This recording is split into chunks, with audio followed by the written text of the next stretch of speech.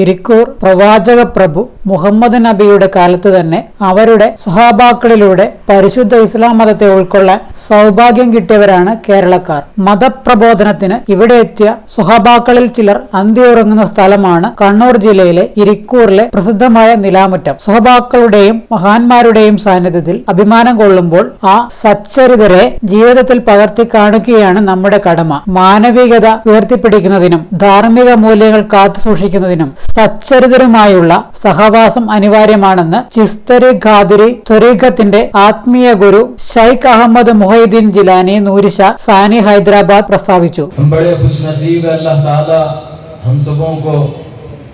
ये नूरानी महफिल में जमा होने की तौफीक अता फरमाई। ये महफिल भी नूरानी है, ये मकाम भी नूरानी है, क्योंकि हम जिसके कदमों में जमा हैं ये कोई मौलवी या मुल्ला नहीं है। अल्हम्दुलिल्लाह ये मुहम्मदुर रसूलुल्लाह की सोहबत में बैठने वाले सहाबा, उनके कदमों में जमा होकर अल्लाह को कुछ राजी करने की अल्लाह ने हमें तौफीक अता फरमाया है.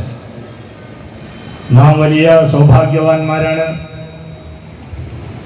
അല്ലാഹു സുബ്ഹാനഹു വ തആല ഈ പ്രകാശപൂരിതമായ നൂറാനിയായ സദസ്സിൽ നാം ഏവരെയും ഒരുമിച്ച് കൂട്ടി. നാം ഈ ഒരുമിച്ച് കൂടിയ സ്ഥലവും വളരെ പ്രകാശപൂരിതമായ ബർക്കത്താക്കപ്പെട്ട സ്ഥലമാണ്.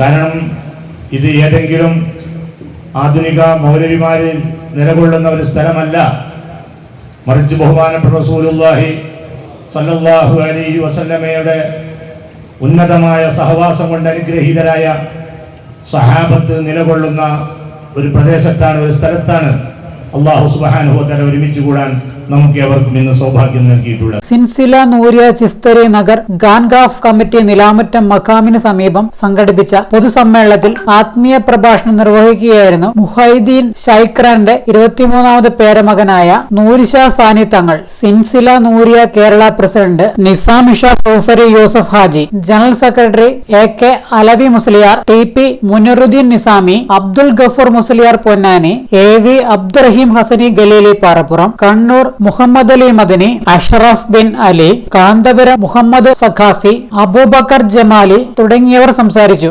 സമ്മേളനത്തിലെത്തിയ ആളുകൾക്ക് അജ്മീർ ഗാജ തങ്ങളുടെ പേരിലുള്ള ലങ്കർ വിതരണം ചെയ്തു.